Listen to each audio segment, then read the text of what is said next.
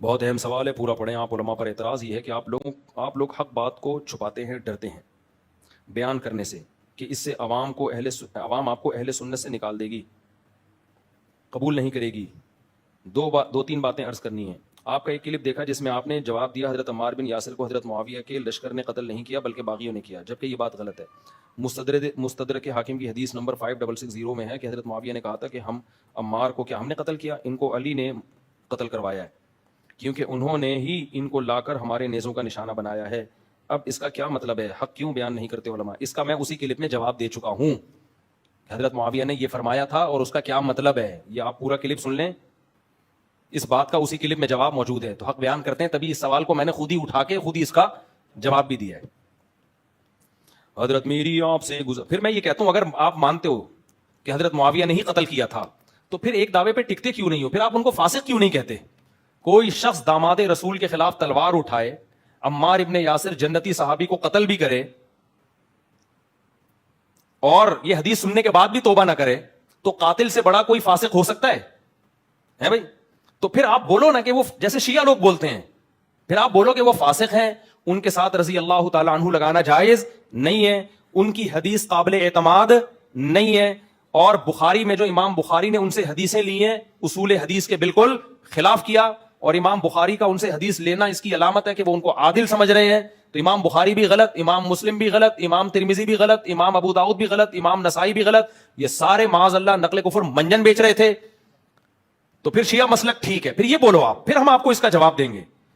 جب آپ اپنے دعوے میں ہی مضبوط نہیں ہو تو ہم آپ ہی کی باتوں کو ریپیٹ، آپ جو باتیں مسلسل ریپیٹ کرتے ہیں ہم کو انہی کا جواب دے دیں کہ ہم اپنا ٹائم ویسٹ کیوں کریں۔ میں نے بار بار مثال دی ہے کہ ایک عدالت میں ایک شخص کیس کرتا ہے جج کے سامنے کہ جج صاحب اس نے مسجد سے میری چپل چرائی ہے، یوں کہتا ہے جج صاحب یہ آدمی بڑی ہوشیاری سے آیا، اس کو پتا تھا یہ چپل میری ہے، خفیہ طریقے سے اپنے تھیلے میں ڈال کے لے گیا، لہذا اس پہ کیس کریں۔ جج کہتا ہے یعنی تم یہ کہنا چاہتے ہو کہ اس نے چپل چوری کی ہے اور یہ چور ہے؟ نہیں جج صاحب، یہ چور نہیں ہے، اس نے چپل چوری نہیں کی ہے، چوری کرتا تو میں اس کو چور کہتا، چوری نہیں کی ہے اور یہ چور بھی نہیں ہے، بہت نیک آدمی ہے، رضی اللہ تعالی عنہ ہے، یہ رضی اللہ تعالی عنہ ہے، یہ بہت نیک ہے، یہ جب بھی کوئی بیان دے گا اس کی بات پر اعتماد کیا جائے گا، ثقہ ہے، قابل اعتماد ہے، اس کی حدیث بخاری میں بھی آئے گی جس کا معیار سب سے اونچا ہے صحت میں، اتنی اوتھینٹک کتاب ہے، اس میں بھی یہ کوئی بات نقل کرے گا تو لی جائے گی اس کی حدیث۔ جج کہے گا اس کا مطلب اس نے چپل چوری نہیں کی۔ جج صاحب میں کب کہہ رہا ہوں چوری کی، میرا دعویٰ تو سمجھیں۔ یہ آیا چپکے سے، یوں کر کے وہاں سے ٹن مارا، یوں چپل اٹھائی تھیلے میں ڈال کے بھاگ گیا اور مارکیٹ میں لے جا کے بیچ دی۔ جج کہے گا اس کا مطلب چوری کیا نا؟ جج صاحب چوری نہیں کی، رضی اللہ تعالی عنہ رحمت اللہ علیہ، یہ اتنا قابل اعتماد ہے کہ جب یہ پیغمبر کی نسبت کر کے بھی کوئی بات بیان کرے اس کی بات کو سر آنکھوں پر لیا جائے گا اور بالکل مستند بات ہوگی، اس کی بیس پہ مسئلہ بھی بیان کیا جا سکتا ہے، یہی سمجھا جائے گا قول رسول ہی بیان کر رہا، اتنا نیک ہے۔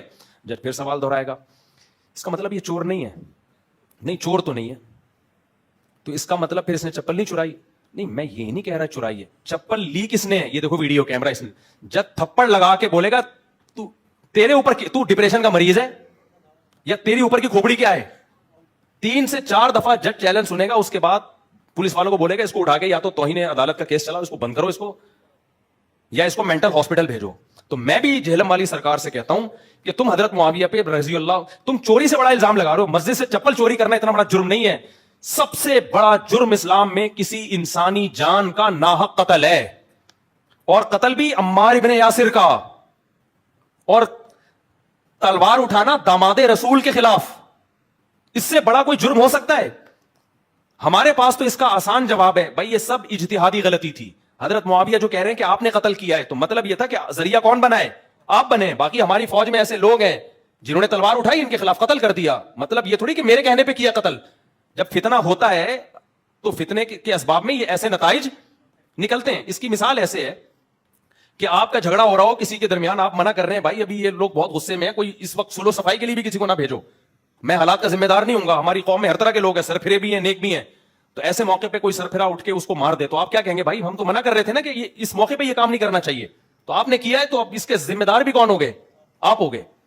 تو ایسے موقع پہ اپنی جان بچانے کے لیے یہ الفاظ کہے جاتے ہیں. تو اس سے پتا چلتا ہے کہ حضرت معاویہ بھی ان کے قتل پہ خوش نہیں تھے, تو وہ ان کو ذریعہ قرار دے رہے تھے کہ حضرت علی سے ان کا ایک سیاسی اختلاف تھا کہ ایسے موقع پہ آپ کو یہ کرنا ہی نہیں چاہیے تھا.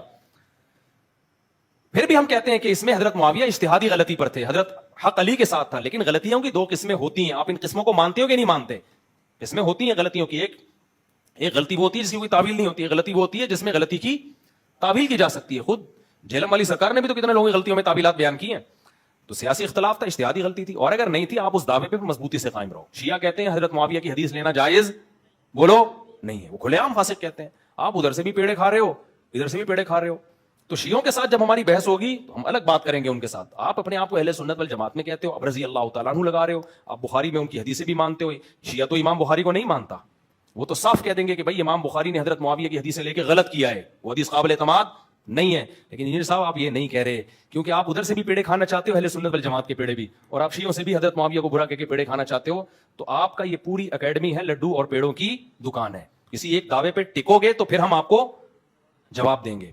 یہی چشتی رسول اللہ اور اشرفی رسول اللہ کے بارے میں بھی ہم کہتے ہیں کہ آپ چشتی معین الدین چشتی کو کافر کہتے ہو کہ نہیں کہتے. پھر اگر معین الدین چشتی کو کافر کہتے ہو تو جو ان کو مسلمان مانتے ہیں پھر ان کو بھی کافر کہو. میں تو مسلمان مانتا ہوں معین الدین چشتی رحمۃ اللہ علیہ کو, بلکہ میں تو یہ چاروں تصوف کے سلاسل ہیں, ان میں مجھے اجازت بیعت ملی ہے, ان میں ایک معین الدین چشتی رحمۃ اللہ علیہ کا سلسلہ بھی ہے, تو ان کو میں بہت بڑا بزرگ مانتا ہوں.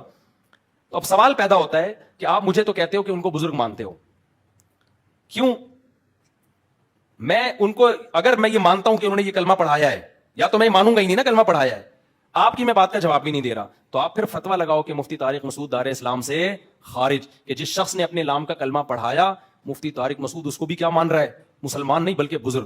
لیکن اگر آپ کوئی تعویل کرتے ہو کہ نہیں مفتی صاحب کو میں کافر اس لیے نہیں قرار دیتا کہ چشتی رسول اللہ کا یہ مطلب بھی بن سکتا ہے, یہ مطلب بھی بن سکتا ہے, تو پھر وہ مطلب آپ منہ سے پھوٹو نا. پھوٹتے کیوں نہیں ہو, چپ کیوں بیٹھے ہوئے ہو؟ تو ایک دعویٰ تو کرو, آپ بولو مفتی طارق مسعود کافر ہے, مولانا سلفی تھانوی رحمۃ اللہ معاذ اللہ کافر تھے, ان کو جو مسلمان مانے وہ بھی کیا ہے, کافر ہے. پھر میں آپ کا جواب دوں گا کہ بھائی کافر نہیں ہوں. کیوں؟